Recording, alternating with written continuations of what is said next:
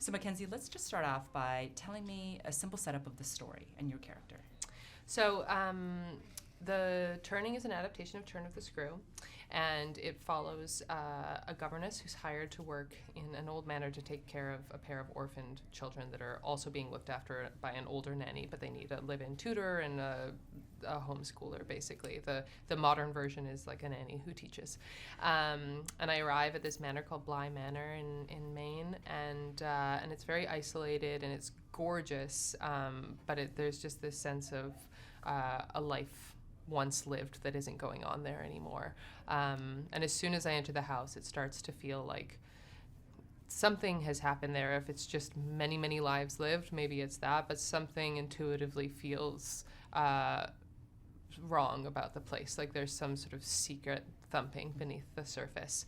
And then the movie follows Kate taking care of the children, being tortured by the children, trying to figure out if what she feels she really feels, or if it's just her own trauma taking place in this foreign place. And yeah, you sort of descend on a long path towards madness with her. Maybe.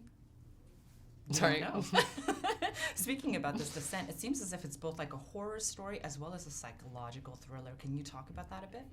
Yeah, I think that's maybe how it differs from some of the earlier adaptations and the novella, where we have the spirit of the novella, where it's very much a psychological story with a woman who you are forced to go along this journey with, but you don't know at the end if you can trust her or not.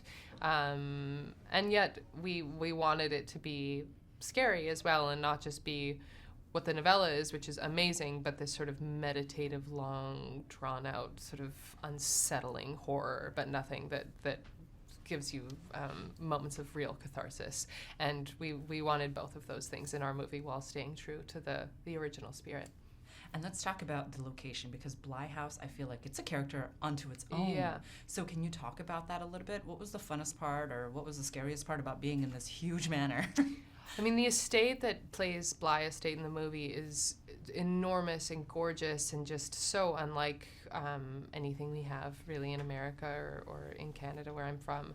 And it does have its own personality. I mean, as soon as you walk into it, you're first struck by the beauty and the obvious wealth of the previous inhabitants, but also just how palpable many lives passing through one place is, that it doesn't have to be like a murder was here, but that there was just many births and deaths and celebrations and breakups and all sorts of things in this one house, and you can feel that in the walls. And I think it's this totally intangible thing that's added to the movie, that it's not on a soundstage that's supposed to look creepy.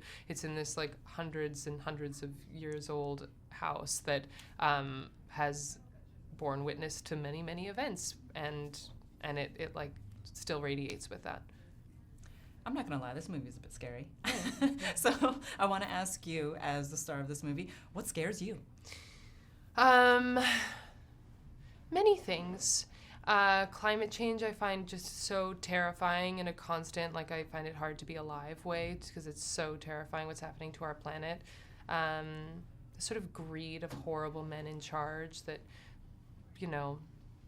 pride some sort of being a bossness and wealth over the well-being and health of millions and millions and millions of people. Being like hunted by someone would really scare me. So I'm just terrified of so many things.